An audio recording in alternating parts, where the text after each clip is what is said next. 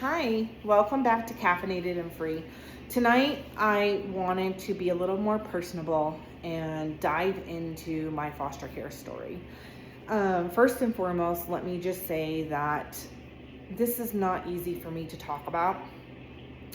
This gets me very emotional in talking about this. And so please know that if you're seeing me struggle to talk, it's because I'm struggling to share. But I wanted to be vulnerable because while I know this is hard for me to talk about, I know that there's somebody out there, a foster family or a foster parent or foster child, needing to hear my story. So if you didn't watch my first video, I entered into foster care. I'll do like a little recap for you. I entered foster care at the age of 1 when my birth mother was sexually abusing me, verbally abusing me, physically abusing me. And she was and is a heavy alcoholic. And thus began my eight and a half year journey of foster care. I was diagnosed also with a special needs diagnosis of fetal alcohol syndrome. And with that comes a lot of issues. I'm fortunate enough that I didn't get the facial features. I have a little with my eyes and my nose, but not as bad. My face isn't smushed in or anything like that. So I don't have like the physical disability of it. It is more the cognitive and emotional disability. So it's a brain injury. Fetal alcohol syndrome is not a mental health diagnosis, okay? It is a brain injury. I actually have a piece of the memory portion of my brain completely missing because of this. And so being diagnosed special needs or borderline mental retardation is the actual diagnosis on paper. Foster families were not willing to take me.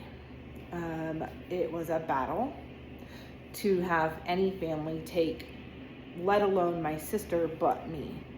My sister was not born special needs. And so a lot of times these foster homes took my sister, and they eventually took me with a lot of coercion and a lot of talk. And trying to make sure that my sister and I stayed together for the 8.5 years. For me, I ended up in homes where I was abused severely. There was a home where I was forced to sleep outside on a bench and it was snowing out. In that same home, I was locked in a closet. I was neglected food. I was forced to eat animal feces.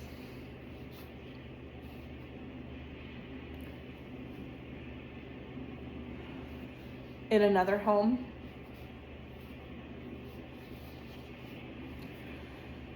I was raped at gunpoint by the foster parent's grandson, who was a registered sex offender. And I actually remember that vividly, that when my sister went to call the cops, DCF came in, and DCF called my sister a liar and said that this was being made up. And my sister and I were forced to stay in this home for 3 more months. Finally, the 3 more months had come, and we had to leave because the foster mom was dying. And in between all these homes, we had visitations with birth mom. And the last visitation we had with bio mom was on Christmas when I was 5.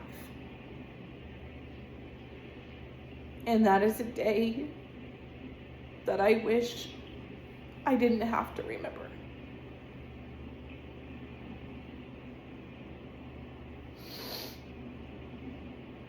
that is a day that I wish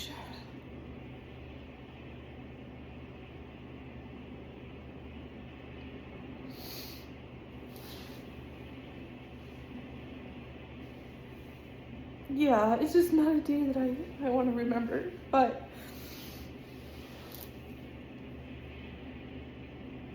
and to have your own biological parent pay somebody in their family to harm your child, I don't wish that on anybody. I don't. And that's what happened. My birth mother paid her brother-in-law to harm me and to hurt me Christmas Day. And let's just say my sister came back downstairs and found me laying on the floor, bleeding. And then the cops were called and DCF came in and finally took us away and removed us from our bio mom's care, and my bio mom's rights were finally terminated. Not knowing where my sister and I were gonna go after all of that, we ended up going to a home where we stayed for 3.5 years. And I wish more than anything that we could have stayed permanently. And unfortunately, that's not how that unfolded. I still love that family. I still have a big place in my heart for this family. In my heart, they will remain my forever family. But my aunt got word. My aunt on my birth dad's side of the family got word that my birth mom was getting her rights terminated, and that my birth dad was giving up his rights. And so my aunt came swooping in, trying to save the day, and claiming that the Lord was telling her that I was going to belong to her, and that the Lord told her to adopt my sister and I. My aunt was warned by this foster family, like, this is a bad idea and this is not going to go well. That while, yes, reunification is encouraged, it's not for every child and it's not for every family. And I wish more than anything I had not been reunified with birth family. My aunt, I totally believe she planned all of this out. That she planned on taking my sister and I as her property and bringing us into a religious organization where we would be physically abused, spiritually abused, mentally abused, verbally abused, and I would be sexually abused for 7 years in my aunt's home by one of the pastors.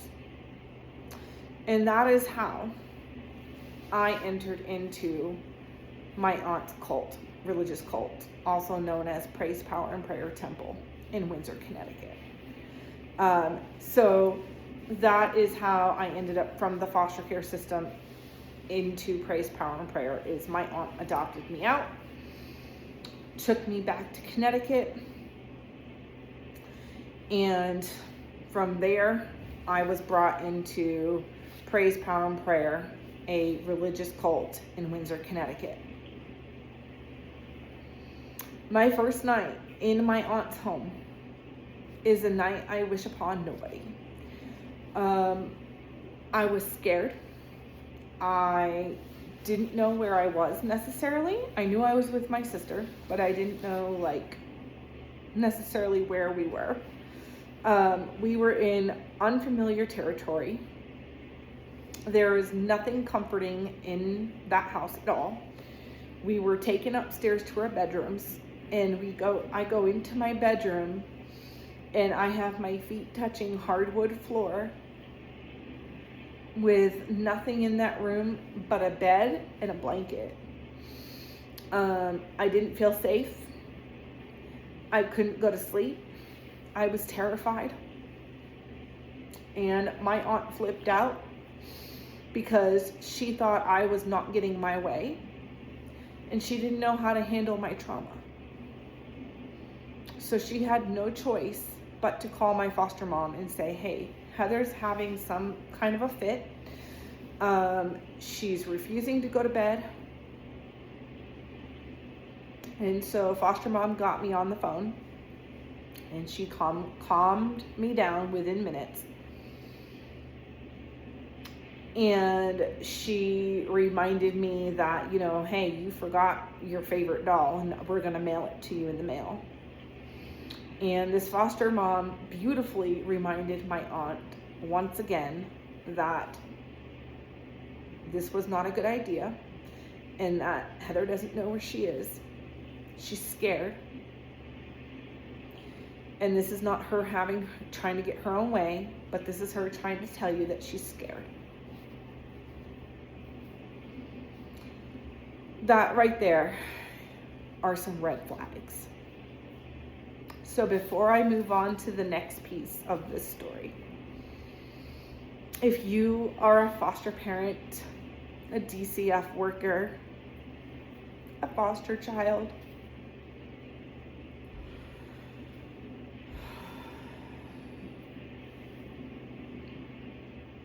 especially if you are a DCF worker and a foster parent, or a soon-to-be foster parent, please make sure you're doing your due diligence on educating yourself on trauma. Make sure you are doing your due diligence on educating yourself with special needs diagnosis like fetal alcohol syndrome. If you cannot or do not know how to handle these, then you have no business being an adoptive parent or a foster care parent. Our trauma is not light trauma. It is severe trauma. And these children need people, trained parents who are trained in trauma to help them. So again, if you are a DCF worker or a potential foster parent or a foster parent watching this, that's my message to you, is please make sure you are doing your due diligence to help that child heal through their trauma and get them the help that they need, and educate yourself on trauma and PTSD and special needs diagnosis. So past that first night, I knew then that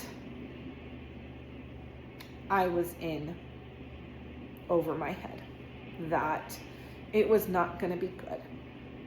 The abuse started of throwing me up against the wall, casting demons out of me, making me repent before the entire congregation of sins that I had committed. And the sexual abuse started. I was sexually abused at the hands of my aunt by a pastor at Praise, Power, and Prayer Temple in Windsor, Connecticut. Thankfully, this individual is no longer a pastor, as he and his family were kicked out before I was. But I make no mistake when I say that my aunt had and made a recorded confession of Al Aldridge, who is the individual or the pastor there at the time who sexually abused me. He also admitted to sexually abusing his daughters. And that same night he made that confession to my aunt on a recorded tape, he was at my aunt's home sexually abusing me and casting demons out of me while doing it and quoting scripture. I totally believe that my aunt knew what she was doing when she was doing all of this. She was of a sound mind. She was sober. They all were. And I was a child, and a special needs child at that. This continued for 7 years, and the sexual abuse didn't just stop behind the closed doors of my aunt's house. It continued, and it happened at Praise, Power, and Prayer Temple. And in fact, many Wednesday night or Friday night services, it was happening right there at Praise, Power, and Prayer Temple. And the current lead pastor, who is Ray McMahon, sat at the piano singing worship songs, singing CeCe Winan songs to be exact, and watched the entire thing happen. Didn't intercede on my behalf, didn't protect me, didn't notify the police, did nothing. He stood there and watched it happen. They are not allowed to, or they won't report it because they believe that a child being sexually abused in a religious organization is a sin issue. That it's something that I brought upon myself because of I'm not living a godly lifestyle, or I'm not praying and reading the word enough, or my trauma is because of my direct disobedience. Praise, Power, and Prayer actually believes that I brought trauma upon myself, that I brought the fetal alcohol syndrome upon myself, that I brought the abuse upon myself, when in actuality I was a child. That is what they believe. They believe that I brought this all on myself, and that is why I was being sexually abused. They believe that having a special needs diagnosis is because I brought that upon myself, that I wasn't being obedient enough, and because of my disobedience, I suffer from this special needs diagnosis, and I suffer from this trauma. That is what Praise, Power, and Prayer believes. They do not believe in seeking help for those of us who are struggling with mental health. They do not believe in seeking help for special needs children. They do not. I was a child, and a special needs child at that. No child deserves to be treated like that. I was treated like an animal. I was treated like I was less than because of this special diagnosis that I didn't bring on myself. This is something that my birth mom gave me because of my birth mom's choices. And if you think that I don't suffer from my birth mother's choices, I suffer. I suffer daily. I don't choose to suffer. It's something that I live with, that nobody sees behind the closed doors. The struggles that I go through daily, the withdrawals anytime I'm near alcohol or touch hand sanitizer, the withdrawals that I have, the pain that I have, the physical pain that I have. That's not something that I brought on myself. It's not something that I wanted. Being sexually abused by a pastor is not something that I wanted. And it's definitely not something that I brought upon myself.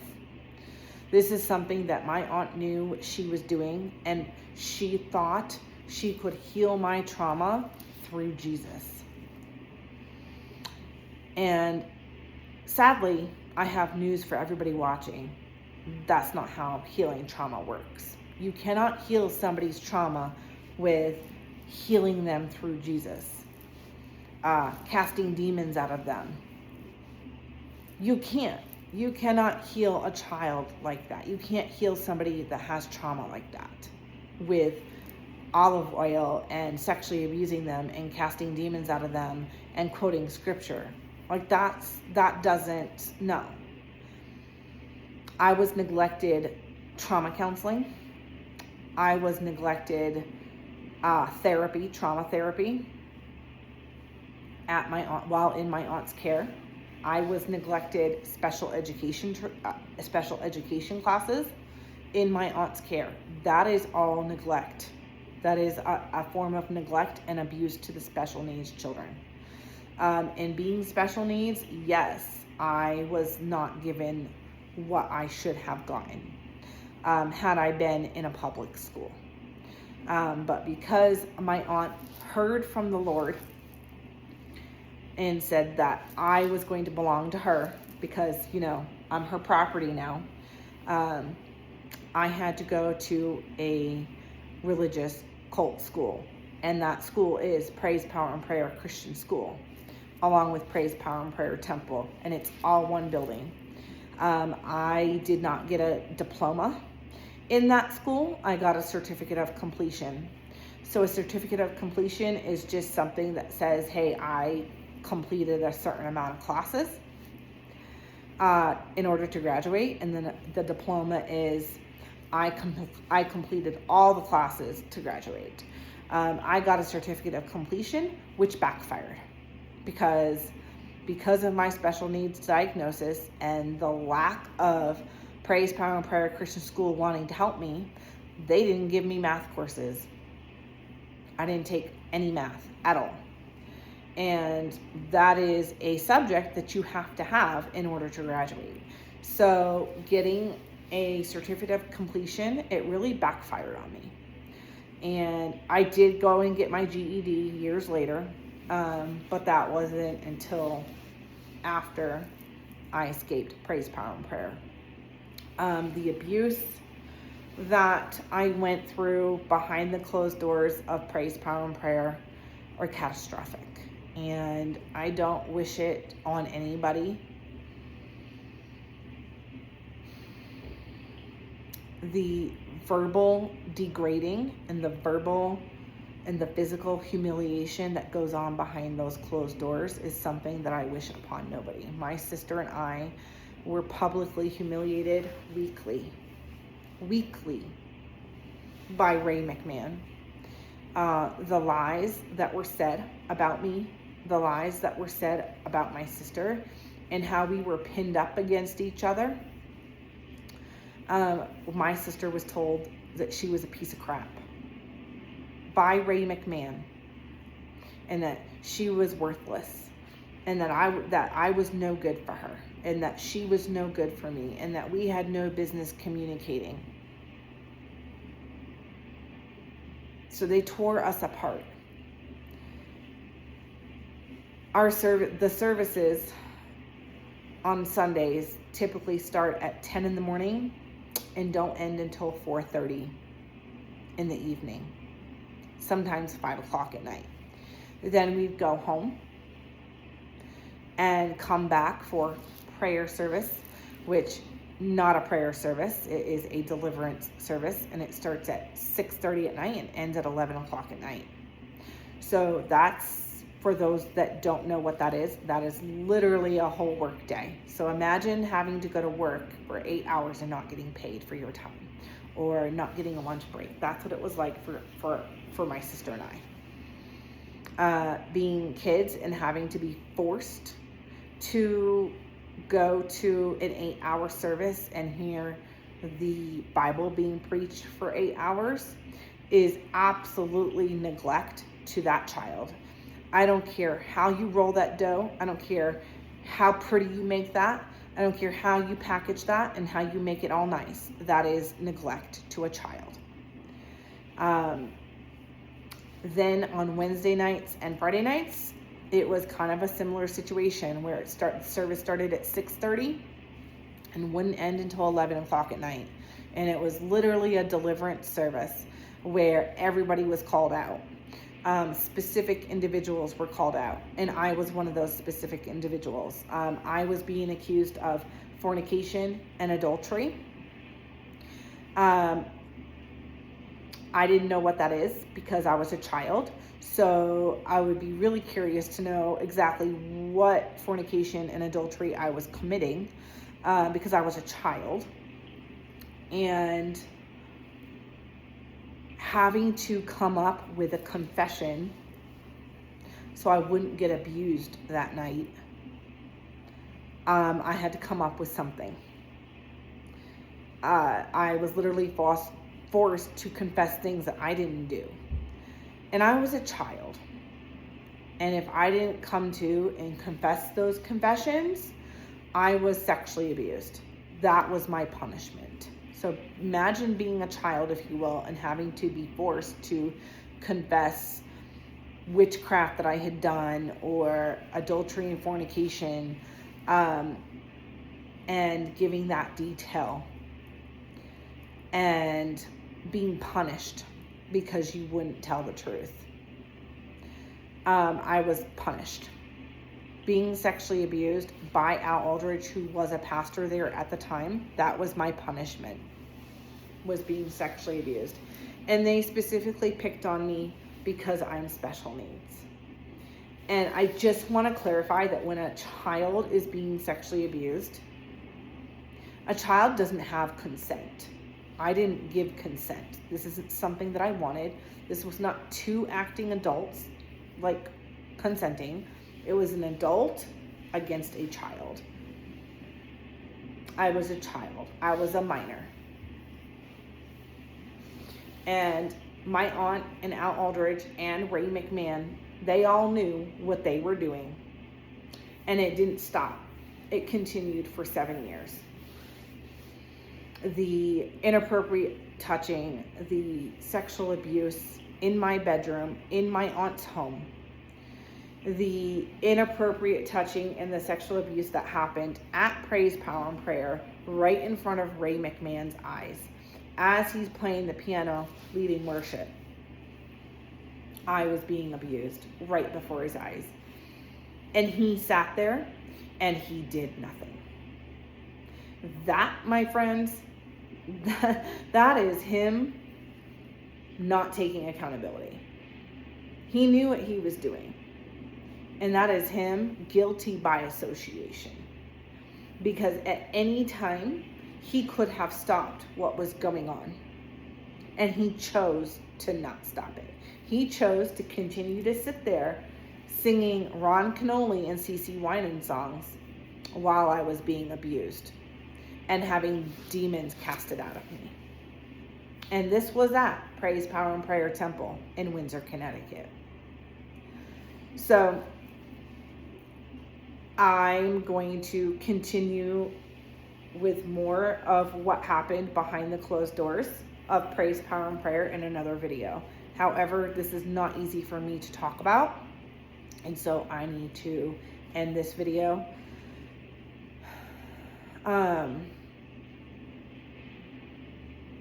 But know that this is serious, and there needs to be accountability had with all three individuals. And just because it's my aunt does not make her any less held accountable, because she absolutely is to be held accountable to the highest extent. It's just hard for me to talk about because it's my aunt, okay? Nothing I have shared tonight has been easy to talk about. I don't enjoy it. It is very hard for me to talk about. But I have to talk about it because I know that there's somebody watching who needs to hear my story. I know that Al's daughters who were sexually abused by him need to see this and hear my story.